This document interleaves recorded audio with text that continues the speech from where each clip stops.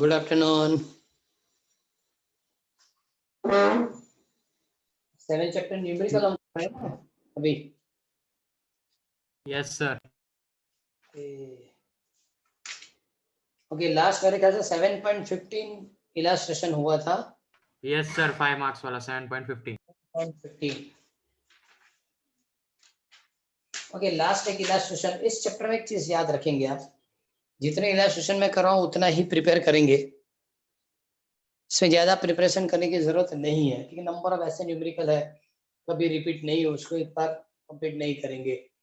Okay, 7.15 के बाद 7.16 number illustration से स्टार्ट करेंगे, मतलब इलास्ट्रेशन आज कंप्लीट हो जाएंगे और बाद में एक्सरसाइज कंटिन्यू करेंगे. Okay, 7.16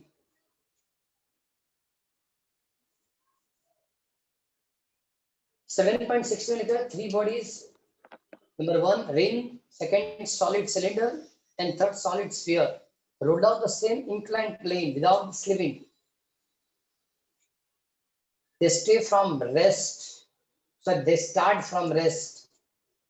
And radii of these bodies are identical. मतलब सबकी radius equal. Which of the body reach the ground with the maximum velocity?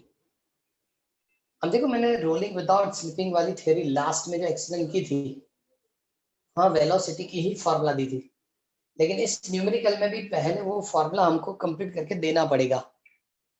Okay, formula क्या थी? तो सपोज ये h height, total distance d slope के लिए, और ऑब्जेक्ट यहां से स्टार्ट करेंगे. ओके, इनिशियल वेलोसिटी 0, ये थीटा, और ऑब्जेक्ट की जो रेडियस है, ऑब्जेक्ट की रेडियस क्या लिखेंगे? r. ऑब्जेक्ट की रेडियस को हम क्या बताएंगे? r. ओके, जब ये मोशन करके नीचे आएगा तो एक चीज तो कंपलसरी है कि सेंटर में जितने भी पार्टिकल्स है वो लीनियर मोशन करेंगे और ऑब्जेक्ट के बाकी सब जो पार्टिकल है वो रोटेशनल मोशन करेंगे. क्लियर? लेकिन ये एनर्जी आई कहां से? तो ऑब्जेक्ट h हाइट पे है, h हाइट के उसके पास ग्रेविटेशनल पोटेंशियल एनर्जी है. So mgh is equal to 1/2 mv square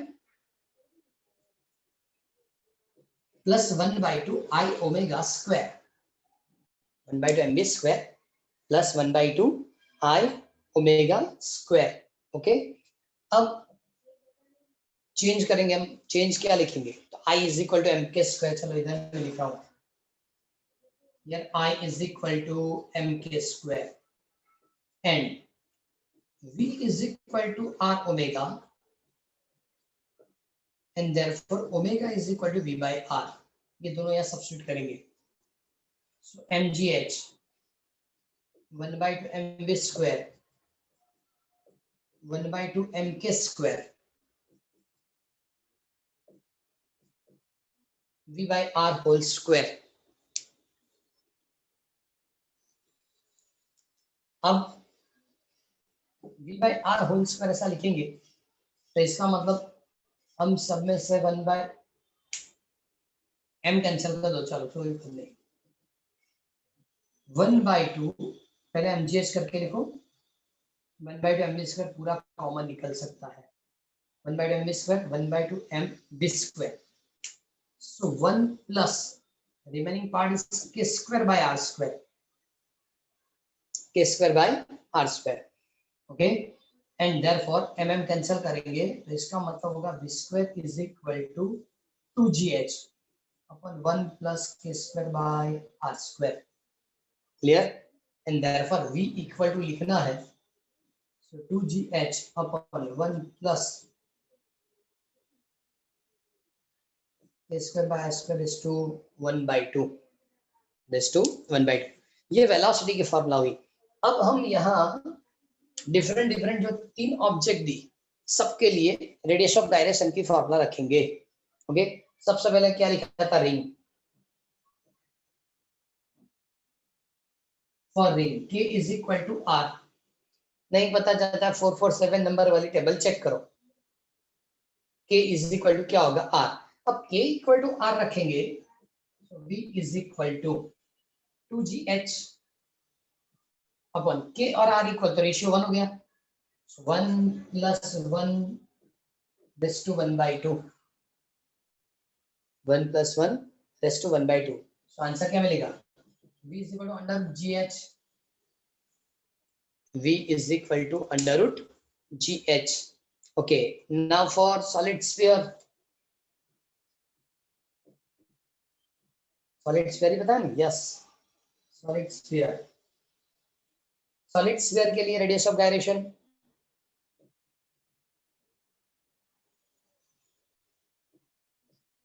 A is equal to क्या होगा?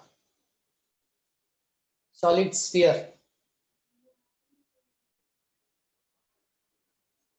सेकेंड सॉलिड स्फीयर दिया था ना, एक मिनट, ये लोग कैलकुलेट कर, सॉलिड सिलेंडर लिखा है, सॉरी, सेकेंड जो दिया वो यस सिलेंडर है, सिलेंडर होगा तो solid cylinder 1/2 mr², okay, r/√2, solid cylinder क्या होगा? r/√2, r/√2 होगा, इसका मतलब k² is equal to r²/2, ये वैल्यू यहाँ रखेंगे तो v is equal to 2gh 1 plus k² is equal to r²/2, r² अपन 2r² रेस टू 1/2 कैंसल, ये क्या हो जाएगा? कैंसल, मतलब 2gh अपॉन 3/2 रेस टू 1/2, ऊपर ले लो 4/3gh रेस टू 1/2, क्लियर? अब थर्ड ऑब्जेक्ट सॉलिड स्फीयर, वही है ना, सॉलिड स्फीयर क्या लिखेंगे? Radius of gyration solid sphere के लिए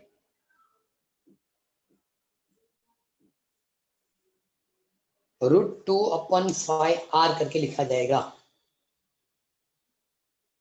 क्लियर? सिंप्लीफिकेशन करना है तो k² कर दो इसका,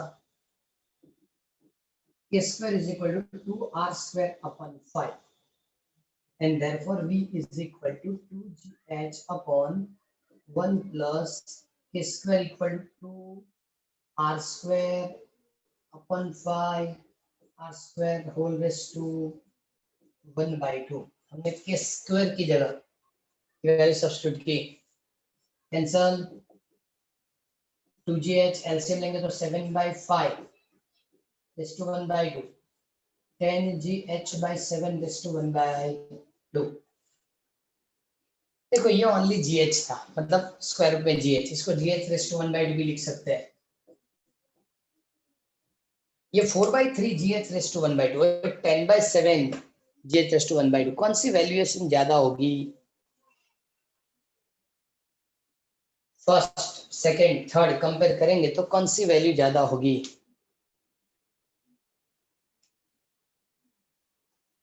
हाईएस्ट स्पीड किसकी मिल सकती है? 10/7 raised to 1/2 ज्यादा होगा या 4/3 raised to 1/2 ज्यादा होगा? क्योंकि ये तो ओनली gh है, ये सबसे लोएस्ट स्पीड से, यहाँ से आप 3 करेंगे तो सबसे लोएस्ट स्पीड से जाएगी तो रही, लेकिन ये दोनों की कंपैरिजन से हाईएस्ट स्पीड मिल सकती है, ये दोनों की कंपैरिजन से आपको हाईएस्ट स्पीड किसकी होगी? स्फीयर, हाँ, स्फीयर हाईएस्ट स्पीड से नीचे आएगा और ये लोएस्ट के क्वेश्चन के हिसाब, तो ये कंपैरिजन से उन लोगों ने इसको आंसर दिया है, तो डिफरेंट किसी भी ऑब्जेक्ट का यूज कर सकते हैं, क्योंकि हमको 447 पेज दर्पण में दिया, टेक्स्ट बुक में ऐसा पेज दिया है, या रेडियस ऑफ गायरेशन और मोमेंट ऑफ इनर्शिया की फार्मूला दी, वो फार्मूला याद रहती है तो इस टाइप के हम न्यूमेरिकल कंप्लीट कर सकते हैं। ये था इलस्ट्रेशन 7.16, क्लियर? तो इलस्ट्रेशन में इतने इलस्ट्रेशन प्रिपेयर करने जो मैंने अभी तक कंप्लीट किए। Okay, illustration 7. सॉरी एक्सरसाइज में 7.2 मेरे ख्याल से हो चुका है, चेक करो तो। यस सर, 7.2 आपने कराया था पहले, वो वाली मेथड से था। हाँ, M1 R1 वाली सब फॉर्मूला थी ना, तब इसको कंप्लीट कर लिया था। Yes, sir. Okay, now 7.4 exercise में 7.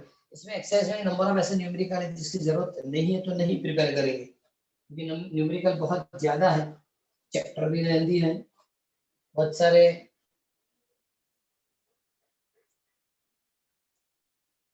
क्वेश्चन इसमें हो जाएंगे।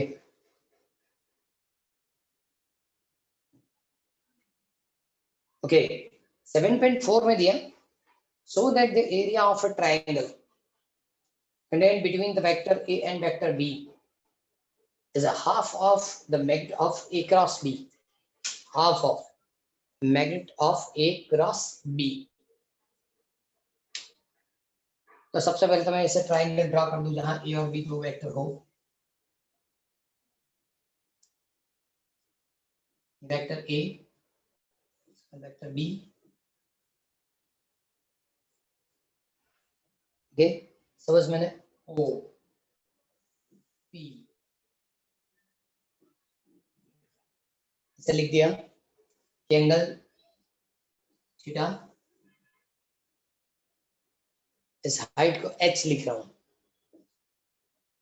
कैलकुलेट क्या करना है, area of this, area of triangle is half equal to magnitude of A cross B, magnitude of A cross B। Okay चलो एरिया ऑफ ट्राइंगल करके लिख रहा हूं, area of triangle OPQ and that is equal to 1/2 OP, Q तो यहाँ R लिखा अपन into QR बराबर है, area of triangle is equal to half OP and QR, so 1/2 OP is equal to A, QR is equal to H, QR is equal to क्या होगा H, OP is equal to A H। okay now from triangle OQR sin theta is equal to, so sin theta is equal to opposite upon hypotenuse QR upon OQ, QR मतलब H, OQ मतलब B, and therefore H is equal to B sin theta, ऐसा होगा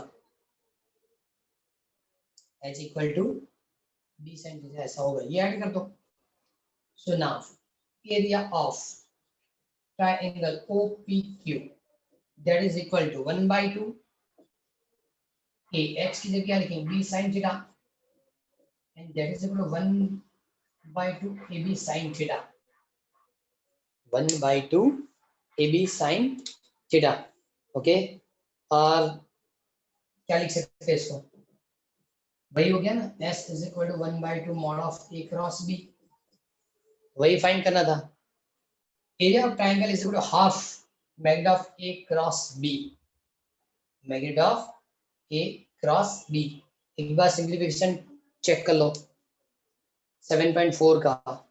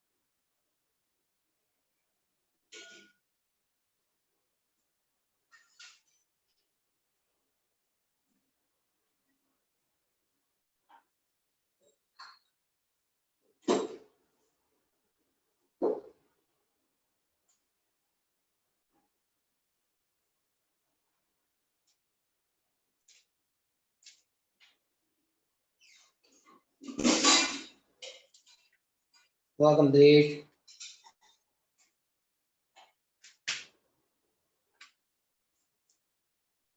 yes sir.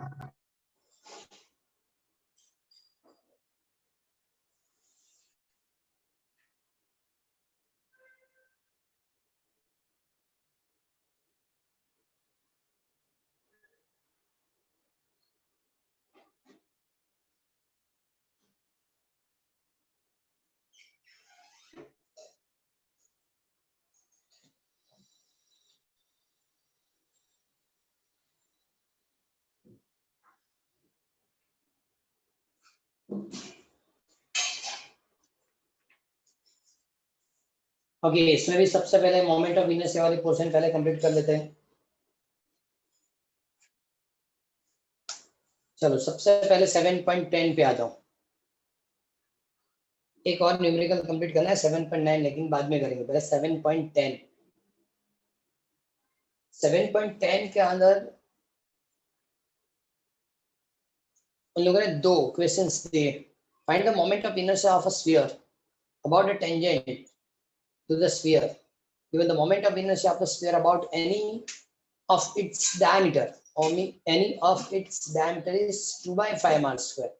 वो तो हम जानते ही है, किसी भी डायमीटर के हिसाब से suppose moment of inertia calculate करनी है स्फीयर के लिए, सॉलिड स्फीयर। ओके, अब उसकी टेंजेंट के लिए हमको कैलकुलेट करके देना है।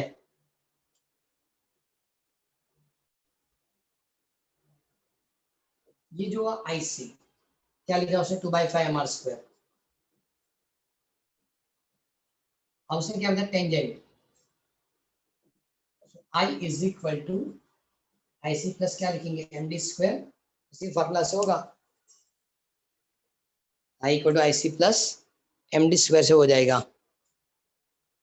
Okay, so now IC equal to 2/5 m²। Distance between these two is equal to radius, so r²। So I is equal to 7/5 m² is the answer। First key answer way।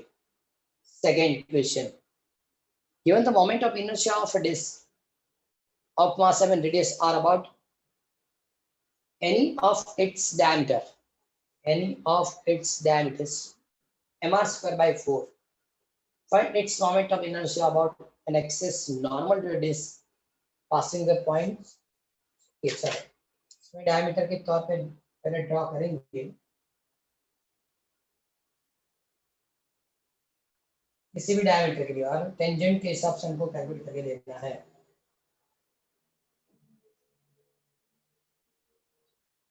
इसके लिए लिखा IC mr²/4 any diameter, any diameter. अब tangent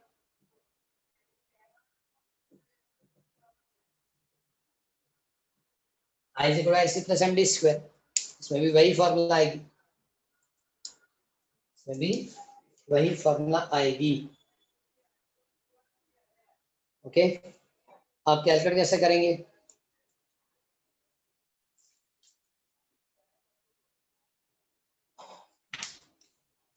tangent के लिए calculate करते हैं ना, फिर से इसमें प्रॉब्लम के diameter, any diameter. Okay, any diameter,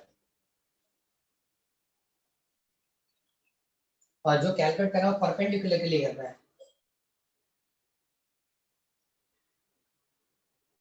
ये जो हमने थियरी में बताया था उस टाइप की डायग्राम है, ये हमको कैलकुलेट करना है।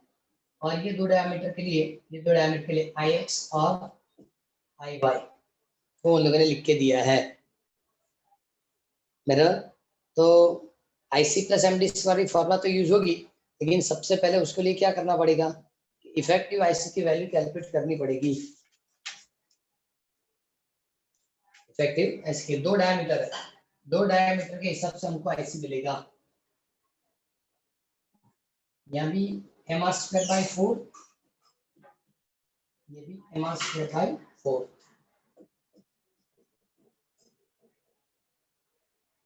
IZ के लिए जब कैलकुलेट करेंगे, IZ equal to IX plus IY,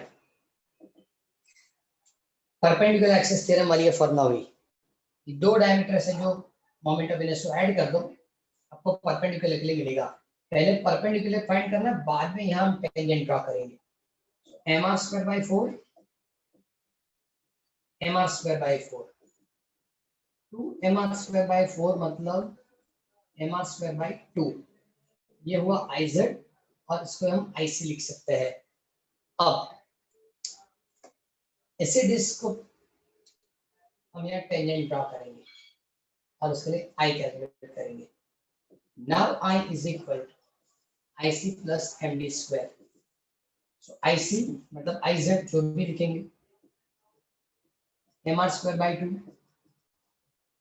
mr², again this distance is r. So now 3/2 mr² is the answer. ये न्यूमेरिकल सिंपल था, इससे डिफरेंट है। यहाँ आपको IC दे दिया गया था, डायरेक्टली टेंजेंट के लिए कैलकुलेट करना था। यहाँ उन लोगों ने दोनों डायमीटर के लिए आंसर दिया, दोनों डायमीटर के आंसर से हमने परपेंडिकुलर एक्सिस थ्योरम यूज करके वो परपेंडिकुलर एक्सिस या सेंटर ऑफ मास से पास वाले एक्सिस के लिए मोमेंट ऑफ इनर्शिया कैलकुलेट की, जिसको हम क्या करेंगे IC बताएंगे, जिसको Iz भी बोल सकते हैं। और ये होने के बाद हम टेंजेंट ड्रॉ करेंगे, क्योंकि डायमीटर की डायरेक्शन में टेंजेंट नहीं है, टेंजेंट इसको पैरेलल है, and therefore I is equal to IC plus MD²। एक बार इसको भी चेक करो, 7.10।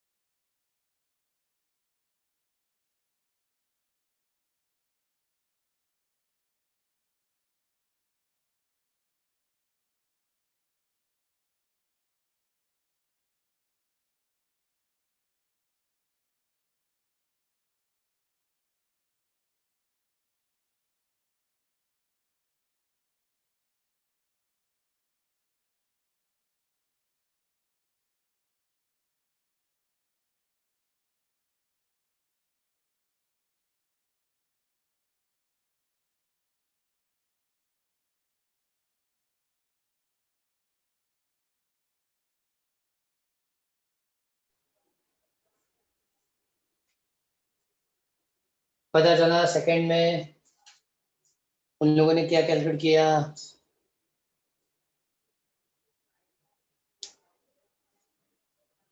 उन लोगों ने पहली डायग्राम जो बनाई ना, फर्स्ट एक ही डायग्राम में सब कुछ उन्होंने कैलकुलेट करके दे दिया है, क्लियर। लेकिन दो डायग्राम ऐसे होनी चाहिए कि सबसे पहले तो Ix और Iy से उन्होंने Iz कैलकुलेट किया और Iz को पैरेलल ये एक्सिस होगी, जिसके लिए हमको मोमेंट ऑफ इनर्शिया मिलेगा, clear. Okay, now 7.11।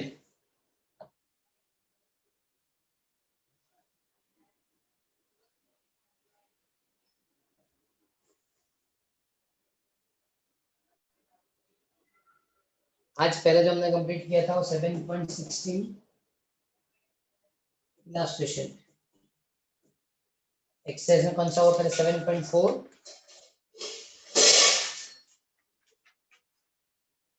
Yes sir, Yes. Exercise में 7.4 बाद में 7.10 7.11 torque of equal magnitude are applied to a hollow cylinder and solid sphere. Hollow cylinder and solid sphere.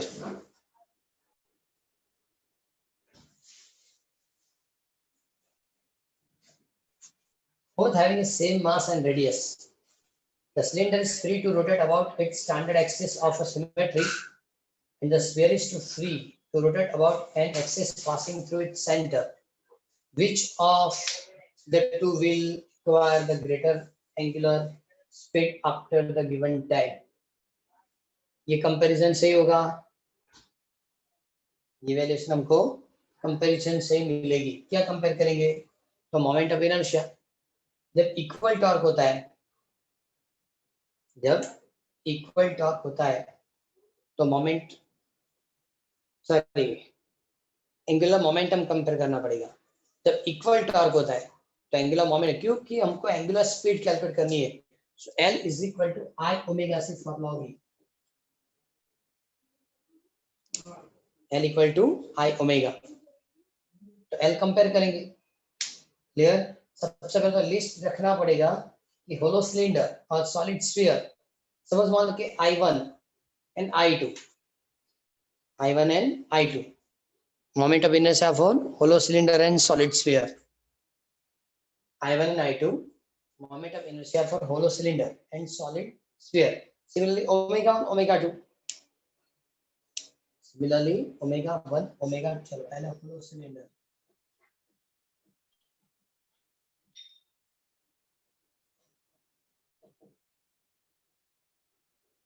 बराबर, सबसे पहले hollow cylinder रहेगा I1 omega 1. हमने solid sphere लिखा ना,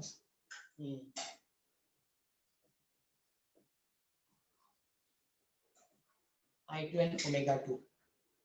I2 and omega 2. अब इक्वल टॉर्क होगा, इक्वल टॉर्क, बराबर। सो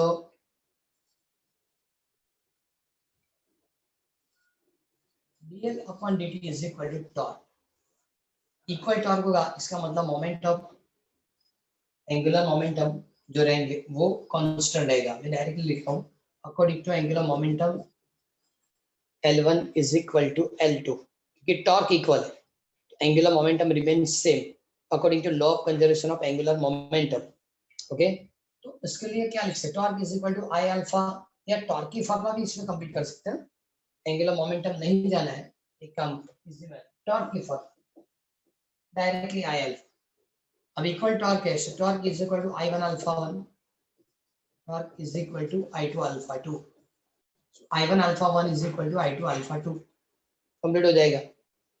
ओके, अब पहले रेशियो कंप्लीट करते हैं। I1 by I2 is equal to alpha 2 by alpha 1। I1 मतलब moment of inertia of hollow cylinder mr square and solid sphere 2 by 5 mr square by 5. So ratio of alpha 2 by alpha 1 is equal to 5 by 2 alpha 2 upon alpha 1 5 by 2. अब formula कौन सी use करेंगे? Omega equal to omega 0 plus alpha t, but omega 0 equal to तो 0 radian per second, 0 radian per second. तो अब तो calculation हो जाएगी। Omega is 0 radian per second, तो क्या लिखेंगे? अल्फा टी,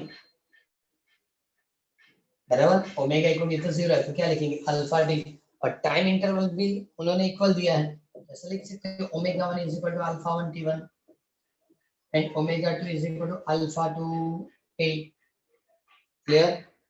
नाउ देयरफॉर क्या लिख सकते हैं? 1/2 alpha 1 t upon alpha 2 t, alpha 1 by alpha 2, and therefore ratio of omega 1 upon omega 2 is equal to क्या होगा, alpha 1 by alpha 2, and that is equal to 2 by 5, that is equal to 2 by 5, बराबर। तो इसमें लिखा है कौन सी valuation ज्यादा होगी,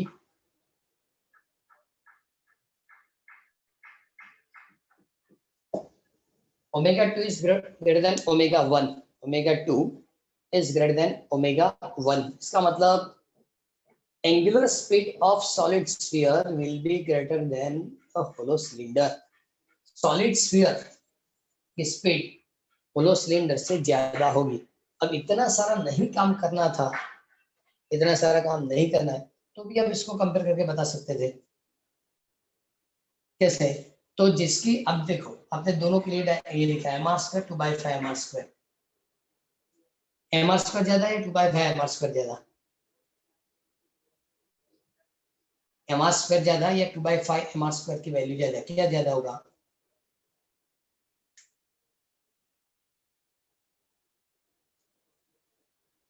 हम रेशियो फाइंड करेंगे तो एक तो mr² है, सेकंड 2/5, 2/5 मतलब 0.6 mr², तो ये दोनों में से किसकी वैल्यू ज्यादा है? इसकी वैल्यू ज्यादा, जिसकी वैल्यू ज्यादा है मतलब I1 ज्यादा है तो ओमेगा 1 कम होगा, I1 ज्यादा है तो ओमेगा 1 क्या हो जाएगा? कम, वही आंसर मिलता है।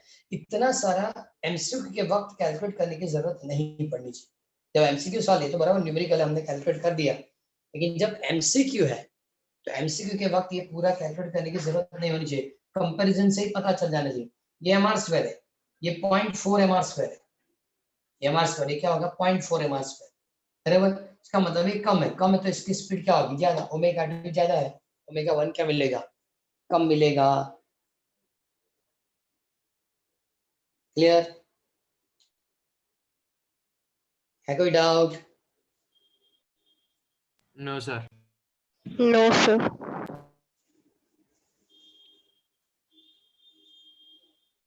ओके चलो, इसके बाद इसी टाइप की एक और 7.12 करके 7 पॉइंट, सभी न्यूमेरिकल इक्वल जैसे एक ही फॉर्मूला से होते हैं। A solid cylinder of mass 20 kg,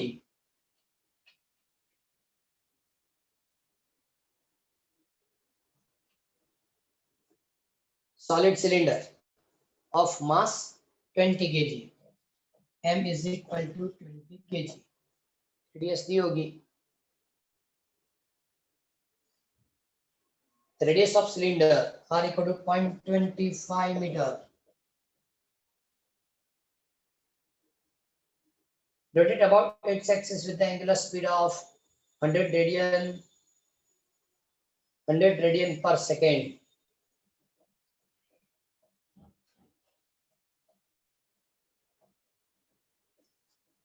omega is equal to 100 radian per second. What is the kinetic energy associated with the rotation of a cylinder? What is the magnitude of the angular momentum of cylinder about its axis? Okay चलो कुछ भी calculate करना है, लेकिन पहले हम moment of inertia for cylinder क्या लिखेंगे? हाफ mr²,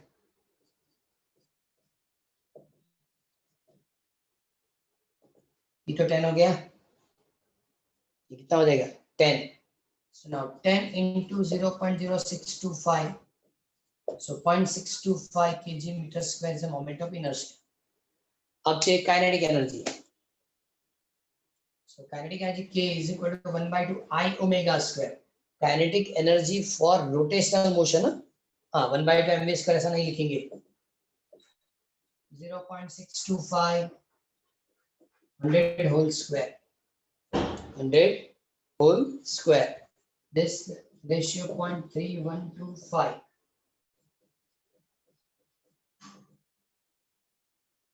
क्या हो सकता है? 3125, 1 2 3 4 और 1 2 3 4, 3125 joule. Clear? Now angular momentum L is equal to I omega, I is equal to 6 to 5. Omega is equal to 100. Answer 62.5. Unit याद है नीचे, जूल इंटू सेकेंड. कैलकुलेट होगा लेकिन यूनिट नहीं होगा तो प्रॉब्लम हो जाएगा. Clear? Okay, now last numerical 7.30. 6 numerical हो जाएंगे होमवर्क में. लास्ट. चलो 7.13 में उन्होंने लिख के दिया, a child stand at a center of turntable with his two arm outstretched बाहर की ओर ऐसे. The turntable is set rotating with the angular speed of 40 revolution per minute. How much is the angular speed of a child if fold his hand back and thereby reduce the moment of inertia to 2/5 times the initial value. मतलब पहले दोनों हाथ से बाहर क्यों रखे खड़ा है, तब टेबल की रिवॉल्यूशन 40 रिवॉल्यूशन पर मिनट. जब वो दोनों हाथ अंदर क्यों ले लेगा तब moment of inertia 2/5 times decrease हो जाएगा. ओके, तो मोमेंट ऑफ इनर्शिया डिक्रीज होगा तो कैलकुलेट क्या करना है, एंगुलर स्पीड ओमेगा 2 आगे लिखा है. Assume that the turntable rotate without friction. Second question में काइनेटिक एनर्जी बताई, इनिशियल और फाइनल काइनेटिक एनर्जी की कंपैरिजन करनी है.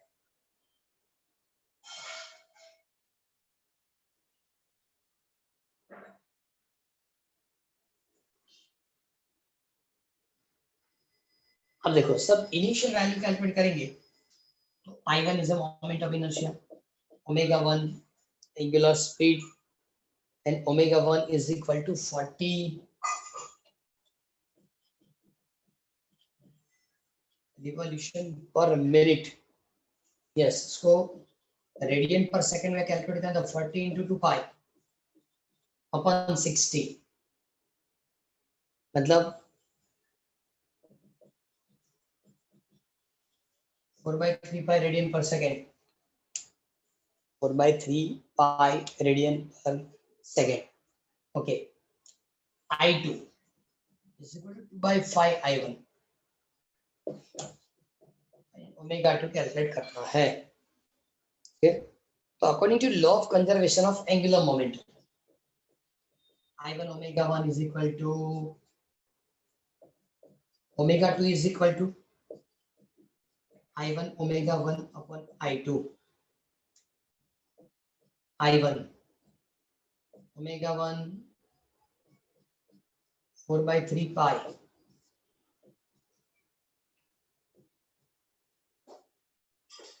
I1 cancel.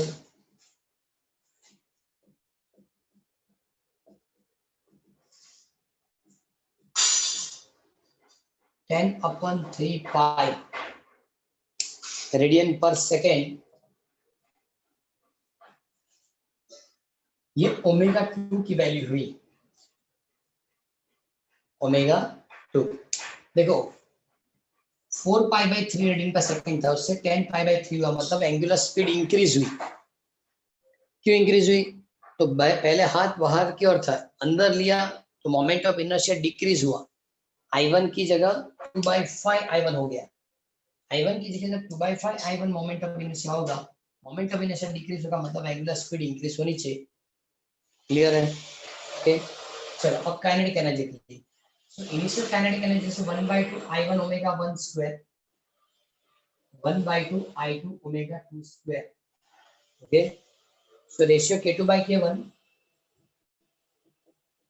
1/2 I2 omega 2 square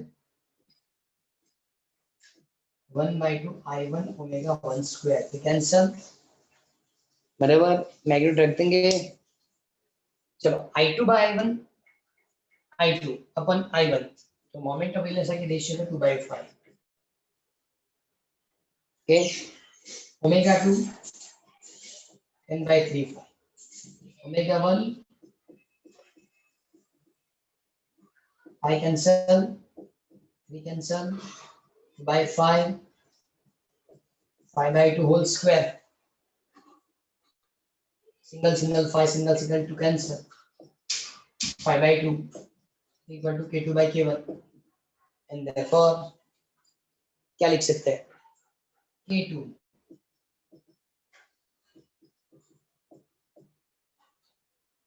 k2 is equal to 2 by 5 k1।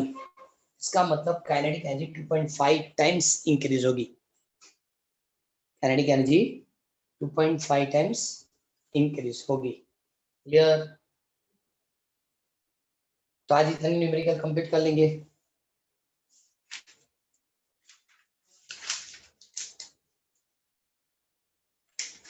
Okay okay, इस लास्ट 7 चैप्टर की theory लिखी थी ना आपने यस सर।